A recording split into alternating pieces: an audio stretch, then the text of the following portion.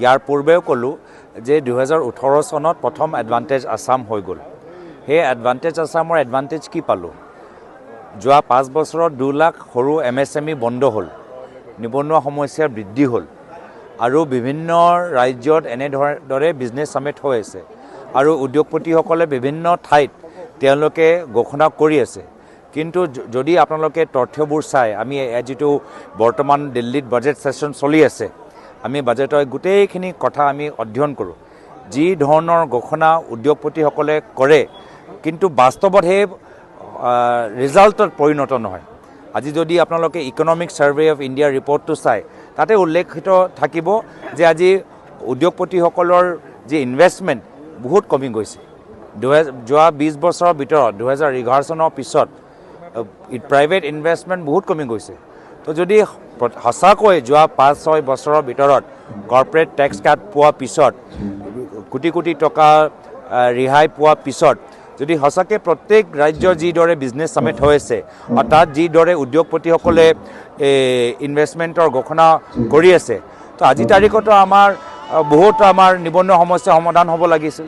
আজি তাৰিখত 2 লাখ MSME বন্ধ নোহোৱাতকৈ 2 লাখ আৰু নতুন MSME হ'ব লাগিছিল। কিন্তু তেনেদৰেতো আমি পৰিস্থিতি পোৱা নাই।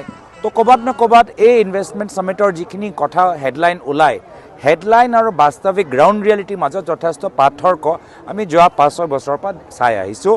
মই আশা কৰোঁ যে মুখ্যমন্ত্ৰী মহোদয় বৰ্তমান চৰকাৰে বুজাব যে যোৱা এডভান্টেজ আছাম আৰু এই এডভান্টেজ আছামৰ মাজত পাৰ্থক্য কি, কেনেদৰে তেওঁলোকে বাস্তৱভাৱে ঘোষণাখিনি কামত তেওঁলোকে পৰিণত কৰিব, তাৰ বাবে আমাক অলপ বুজাই দিয়ক। মই দুখিত যে অসম আৰক্ষীৰ ওপৰত আক্ৰমণ কৰা গ'ল।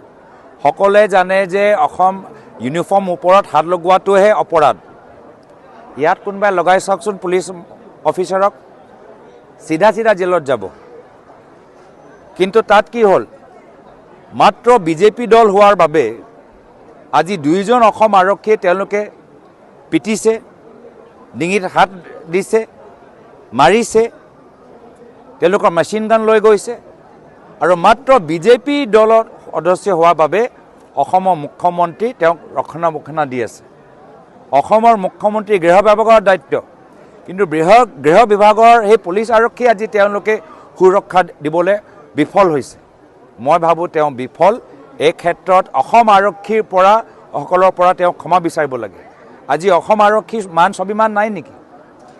অসম আৰক্ষী যে আজি তেওঁলোকে যি দাগ মুখ্যমন্ত্ৰী লগাইছে, মই আশা কৰোঁ যে মুখ্যমন্ত্ৰী অসম আৰক্ষীসকলৰ পৰা ক্ষমা বিচাৰি সোনকালে সেই মানুহখিনি আজি ৰাতিৰ ভিতৰতে ধৰি তেওঁলোকক জেলত পঠাই গৃহ বিভাগটো নিজৰ পৰা এৰি দিব লাগে।